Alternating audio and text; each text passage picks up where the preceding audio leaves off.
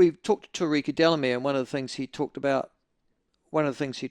was criticising Parmjeet Parmar, who is a third-term member of Parliament. She served 2 terms for the National Party, then she had a term out of Parliament, and then she came back as a list MP this time. And she was, I think, ex-representative, or one of ex-representatives anyhow, on the Privileges Committee.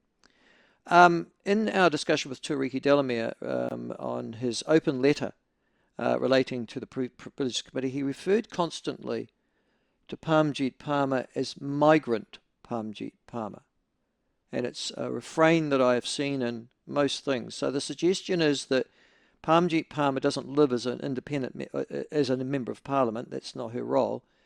She is Migrant Parmjeet Parmar, so she's assumed a new name, a frontispiece name. And obviously that name is aimed at denigrating her because it suggests that, well, really, she shouldn't have an opinion because she hasn't been in this country for very long, hasn't been here long enough, and she's not anywhere near Indigenous, so why on earth is she having anything to say about the punishment of, well, Indigenous members of Parliament? Well, Parmjeet joins us now. Lovely to have you on. Thank you so much for joining us this afternoon. Thank you, Michael, for the opportunity. How do you feel about continually referred to as a migrant as a form of pejorative abuse? So first of all, Michael, because I didn't hear those specific comments, so I can't comment on those directly. But I've heard similar comments from the Party Maori party members, from some senior academics, basically saying that what you said before, that because I'm an immigrant, my views are of less value. And some even saying that I should be grateful that I have been allowed by them to be in this country. So this is the kind of language that is being used, which in my view is totally unacceptable, because once you're a New Zealander, you are a New Zealander. And that is what we in the ACT Party are fighting for equal rights for everyone, irrespective of their ancestry and background. In short, what I would say is that when people don't have any ideas to debate my points, that is the kind of thing that they resort to, and it actually reflects their weakness. So I would challenge people to actually debate my ideas. You've been here since 1995, is that right? That's correct. And you then in actual fact, you are Dr. Parmjeet Parmar because you did a PhD in a real subject, biological sciences, at Auckland University in 2003, and you've worked as a scientist. So you obviously have a skill level. Do you think that they are not only intimidated by the fact that you've done really well as a migrant to this country, but also the fact that you're actually quite well educated? I don't think that should be a factor, but I think it's just that the understanding that just because somebody is an immigrant doesn't mean that person is of less value. And to bring that as a point of argument is something that needs to be challenged, and that is what I will continue to challenge, because it's not just about me. It's not only me who is an immigrant in this country. This is all about so many migrants that we have in our country. And if our political parties and people, those who have the opportunity to speak in media, like in your show and other shows, continue to degrade migrants, like, as you have mentioned, happened in your program, that is something that is not I would be tolerating, and I'll be speaking out against that, because somebody who has come to New Zealand through legal channels, is a New Zealand citizen, has equal right, just like somebody else who is born here or who is sixth generation migrant, fifth generation migrant. It doesn't matter. No, absolutely. I don't have a problem with any of what you're saying.